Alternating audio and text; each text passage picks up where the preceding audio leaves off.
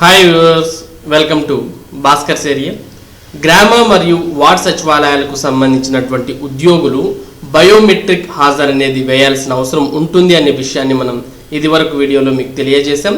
దాంతోపాటు ఎవరైతే వాలంటీర్లు గ్రామ మరియు వార్డ్ సచివాలయానికి సంబంధించినటువంటి వాలంటీర్లు ఉంటారో వారు కూడా బయోమెట్రిక్ హాజరు అనేది వేయాల్సిన అవసరం ఉంటుంది. మరి ఇప్పుడు రీసెంట్గా గ్రామ మరియు వార్డ్ సచివాలయ ఉద్యోగులు బయోమెట్రిక్ అనేది వేసిన తర్వాత, అంటే ఈ అటెండెన్స్ అనేది వేసిన తర్వాత దాన్ని బట్టే వారికి జీతాలు చెల్లించడం జరుగుతుంది అనే విషయాన్ని పేర్కొనడం జరిగింది. మరి దీనికి సంబంధించిన పూర్తి వివరాల్లోకి వెళ్తే, సచివాలయాల్లో బయోమెట్రిక్ సచివాలయ ఉద్యోగులు వాలంటీర్లకు అమలు. ఈ హాజరును బట్టే జీతాలు. సాంకేతిక లోపాలతో కొన్ని చోట్ల ఇబ్బందులు. గ్రామ వార్డ్ సచివాలయ ఉద్యోగులు వాలంటీర్లు విధుల్లో పారదర్శకత కోసం రాష్ట్ర ప్రభుత్వం బయోమెట్రిక్ అటెండెన్స్కు శ్రీకారం చుట్టింది. గత నెల 26 నుంచి సచివాలయాల సేవలు అందుబాటులోకి వచ్చాయి. సచివాలయ ఉద్యోగులతో పాటు వాలంటీర్ల హాజరును సచివాలయ అటెండెన్స్ యాప్లో నమోదు చేయాలని ప్రభుత్వం ఆదేశాలు జారీ చేసింది. ఈ క్రమంలో ఈ నెల 10 నుంచి రాష్ట్ర వ్యాప్తంగా అన్ని గ్రామ వార్డ్ సచివాలయాల్లో ఈ హాజరు అమలవుతోంది. జిల్లాలో అనగా అనంతపురం జిల్లాలో 896 గ్రామ 311 వార్డు సచివాలయాలు కలిపి మొత్తం 1207 సచివాలయాలు ఉన్నాయి. వార్డు సచివాలయాల్లో 1625 మంది, గ్రామ సచివాలయాల్లో 7281 మంది ఉద్యోగులు పనిచేస్తున్నారు. అలాగే మొత్తం 20,053 మంది వాలంటీర్లు పనిచేస్తున్నారు. వీరిలో గ్రామ సచివాలయ పరిధిలో 14,947 మంది, వార్డు సచివాలయాల పరిధిలో 5,106 మంది పనిచేస్తున్నారు. సాంకేతిక సమస్యలతో ఇబ్బందులు. బయోమెట్రిక్ అటెండెన్స్ నమోదుకు చిన్న సాంకేతిక సమస్యలు తలెత్తుతున్నాయని ఉద్యోగులు వాపోతున్నారు. మొబైల్ యాప్ డౌన్లోడ్ చేసుకున్న తర్వాత కొందరి ఉద్యోగుల పేర్లు కనిపించడం లేదు. అలాగే 500 మీటర్ల పరిధి వరకు పనిచేస్తాయని అధికారులు చెబుతున్నా సచివాలయ పరిసరాల్లో ఉంటేనే పనిచేస్తున్నాయని ఉద్యోగులు చెబుతున్నారు. 2-3 పంచాయతీలకు ఒకే సచివాలయం ఉన్న చోట మరీ ఇబ్బందిగా మారుతోందని అంటూ ఉన్నారు. సచివాలయం ఉన్న చోటుకు వాలంటీర్లు రోజు 2 పూట్ల వచ్చి బయోమెట్రిక్ అటెండెన్స్ వేసి తిరిగి వారు పనిచేస్తున్న ప్రాంతాలకు వెళ్ళడం చాలా కష్టంగా ఉందని అంటున్నారు. జిల్లాలో 210 సచివాలయాల పరిధిలో ఉండే 2 పంచాయతీలు ఉన్నాయి. అలాగే 23 సచివాలయాల పరిధిలో 3 చొప్పున పంచాయతీలు ఉన్నాయి.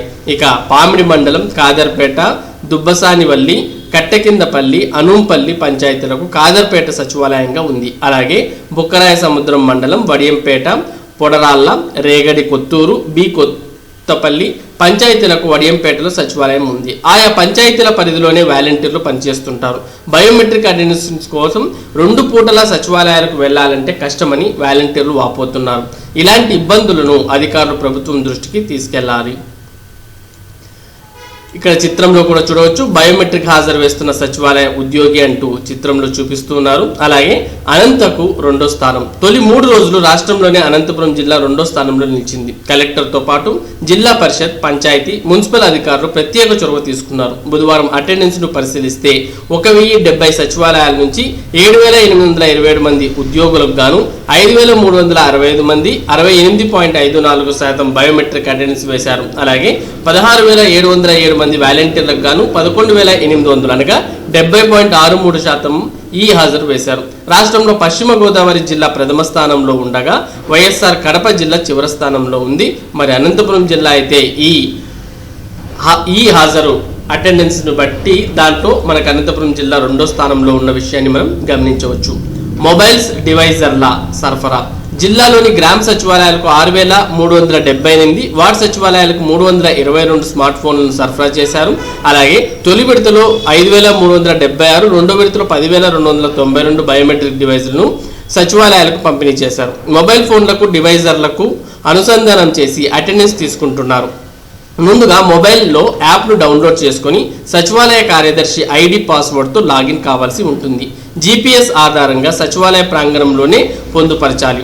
యాప్లో సచివాలయ పరిధిలో పనిచేస్తున్న ఉద్యోగులు, వాలంటీర్ల పేర్లు డిస్ప్లే అవుతాయి. విధులకు హాజరైన సమయం, బయటకు వెళ్ళిన సమయం నమోదు చేయాల్సి ఉంటుంది. అంటే ఉదయం 10 గంటలకు ఇన్, సాయంత్రం ఇంటికి వెళ్లేందుకు 5:30 గంటల సమయంలో అవుట్ నమోదు చేయాల్సి ఉంటుంది. మరి ఎవరైతే గ్రామ మరియు వార్డ్ సచివాలయ సిబ్బంది ఈ బయోమెట్రిక్ అటెండెన్స్ కు సంబంధించినటువంటి మొబైల్ మరియు డివైజెస్ ని ఎవరైతే రిసీవ్ చేసుకున్నారో వారికి సంబంధించినటువంటి మొబైల్ ఫోన్లో యాప్ అనే దాన్ని అటెండెన్స్ కు సంబంధించిన యాప్ను మొదటగా డౌన్లోడ్ చేయాలి. డౌన్లోడ్ చేసిన తర్వాత డివైస్ ని కనెక్ట్ చేసి వారికి ఇచ్చినటువంటి ఐడి అండ్ దెన్ పాస్వర్డ్ తో లాగిన్ అయ్యి ఫస్ట్ జిపిఎస్ అనే దాన్ని అందులో పొందుపరిచిన తర్వాత అక్కడ ఉన్నటువంటి సచివాలయ ఉద్యోగులంతా కూడా బయోమెట్రిక్ అటెండెన్స్ అనేది వేయవచ్చు. ఇక్కడ మనం గమనించాల్సిన విషయం ఏంటి అంటే సచివాలయ పరిధిలో పనిచేస్తున్నటువంటి ఉద్యోగులతో పాటు ఆ సచివాలయ పరిధిలో పనిచేస్తున్నటువంటి వాలంటీర్లు, గ్రామ మరియు వార్డ్ వాలంటీర్లు కూడా బయోమెట్రిక్ అటెండెన్స్ అనేది వేయాల్సిన అవసరం ఉంది అనే విషయాన్ని ఇక్కడ ఇవ్వడం జరిగింది. మరి బయోమెట్రిక్ అటెండెన్స్ తో పాటు ఇక్కడ జియో లింకప్ అనేది కూడా ఈ బయోమెట్రిక్ అటెండెన్స్ కి ఉండడం ద్వారా అంటే జియోమెట్రిక్ లాంగిట్యూడ్ అండ్ లాటిట్యూడ్ అనేది కూడా అక్కడ గుర్తించడం జరుగుతుంది. కాబట్టి బయోమెట్రిక్ ఎవరైతే ఉద్యోగి వేస్తూ ఉన్నాడో అతను వేస్తున్నటువంటి లాంగిట్యూడ్ లాటిట్యూడ్ అనేది తాను పనిచేస్తున్నటువంటి సచివాలయ పరిధిలోనే ఉందా లేదా అనేది కూడా చెక్ చేయడం జరుగుతుంది. కాబట్టి దీన్ని దృష్టిలో పెట్టుకునే ప్రతి ఉద్యోగి అలాగే ప్రతి వాలంటీర్ కూడా తాను పనిచేస్తున్నటువంటి సచివాలయానికి వెళ్ళే కంపల్సరీగా బయోమెట్రిక్ అనేది వేయాల్సిన పరిస్థితులు అనేవి ఉన్నాయి. దాంతోపాటు ఇక్కడ మనకు సమయం కూడా ఇచ్చారు. ఉద్యోగులు కానీ వాలంటీర్లు కానీ మొదటగా మార్నింగ్ 10 గంటలకు ఇన్ బయోమెట్రిక్ అనేది వేయాలి లోపలికి వెళ్ళినప్పుడు.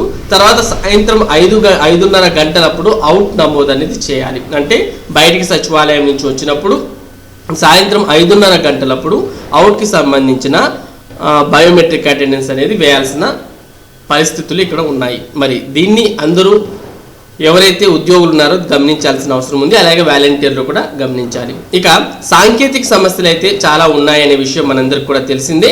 మరి ఆ సాంకేతిక సమస్యల గురించి మనకి శోభా స్వరూపారాణి జిల్లా పరిషత్ సిఇఓ ఏమంటున్నారంటే సచివాలయ ఉద్యోగులు వాలంటీర్లు బయోమెట్రిక్ అటెండెన్స్ లో చిన్న చిన్న సాంకేతిక సమస్యలు వస్తున్నాయి.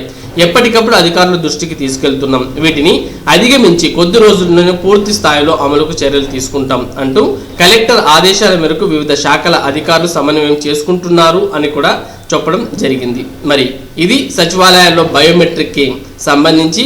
అలాగే సచివాలయ ఉద్యోగులకు బయోమెట్రిక్ అటెండెన్సే కాకోకుండా వీరికి రానున్న రోజుల్లో అదనపు బాధ్యతలు అనేవి కూడా ప్రభుత్వం అప్పగించే అవకాశాలు ఉన్నాయి. ప్రస్తుతం సచివాలయంలో మనకు తెలుసు ఒక్కొక్క సచివాలయంలో 11 మంది ఉద్యోగులు పనిచేస్తున్నారు. మరి ఈ సచివాలయ ఉద్యోగులకు కూడా రానున్న రోజుల్లో ఒక్కొక్క ఉద్యోగికి ఒక్కో రకమైనటువంటి బాధ్యతలు ప్రభుత్వం అప్పగించే అవకాశాలు కనిపిస్తున్నాయి. మరి ప్రస్తుతానికి సచివాలయంలో పనిచేస్తున్నటువంటి అభ్యర్థులు హౌసింగ్ కి సంబంధించిన పని కూడా వారికి కేటాయించడం జరుగుతుంది. మరి దానికి సంబంధించి చూస్తే సచివాలయ సిబ్బందికి హౌసింగ్ పర్యవేక్షణ, రాష్ట్రంలో పేదల ఇళ్ల నిర్మాణాలపై పర్యవేక్షణ అనగా మానిటరింగ్ కు ప్రభుత్వం గ్రామ మరియు వార్డ్ సచివాలయ సిబ్బంది సేవలను వినియోగించుకోనుంది. గృహ నిర్మాణ పథకంపై గ్రామ వార్డ్ సచివాలయ సిబ్బందికి అదనపు బాధ్యతలు అప్పగిస్తూ గ్రామ వార్డ్ సచివాలయాల శాఖ ప్రత్యేక కార్యదర్శి కన్నాబాబు ఆదేశాలు ఇచ్చారు. గ్రామ పట్టణ ప్రాంతాల్లో పేదల ఇళ్ల పథకానికి సంబంధించి మానిటరింగ్ చేసేందుకు తగు ఆదేశాలు ఇవ్వాలని ఏపీ హౌసింగ్ ఎండి ఇప్పటికే ప్రతిపాదనలు చేసింది. ఇళ్ల లబ్ధిదారులకు పథకంపై అవగాహన కల్పించడం, నిర్మాణానికి మార్కింగ్, నాణ్యతగా ఇల్లు నిర్మించేలా సూచనలు, డాక్యుమెంట్లను సిద్ధం చేయడం, వారిని ఇల్లు నిర్మించేందుకు ప్రోత్సహించడం, బ్యాంక్ ఖాతాలు ఓపెన్ చేసేందుకు సహకరించడం తదితర బాధ్యతలను వీరు నిర్వర్తించాల్సిన అవసరం ఉంటుంది అనే ఆదేశాల్లో పేర్కొన్నారు. కేంద్ర ప్రభుత్వ ఉదయ్ పథకం కింద డిస్కమ్ విద్యుత్ సంస్థలకు ఇవ్వాల్సిన మొత్తానికి సంబంధించి రాష్ట్ర ప్రభుత్వం పరిపాలన అనుమతికి మంజూరు చేసింది. 2 డిస్కాంలకు ఈ పథకం కింద గత 2 ఏళ్లకు సంబంధించి 2,984 కోట్ల బకాయిలు ఉన్నాయి. వాటి నష్టాల భర్తీకి ఈ నిధులు ఇస్తూ బుధవారం ఉత్తర్వులు ఇచ్చారు. వ్యవసాయ భూములను ఇతర అవసరాలకు మార్పు చేసేందుకు ప్రభుత్వం ప్రస్తుతం వసూలు చేస్తున్న రుసుము రేటును మారుస్తూ మున్సిపల్ పట్టణాభివృద్ధి శాఖ ఉత్తర్వులు జారీ చేసింది. ప్రస్తుతం ఉన్న విధానం ద్వారా పట్టణాలు, గ్రామ పంచాయతీల్లోనూ రుసుములు ఒకేలా ఉన్నాయని, దీంతో భూమి ఎక్కువ విలువ కలిగిన వారు కూడా తక్కువ భూమి విలువ కలిగిన రైతులతో సమానంగా చెల్లిస్తున్నారని ప్రభుత్వం గుర్తించింది.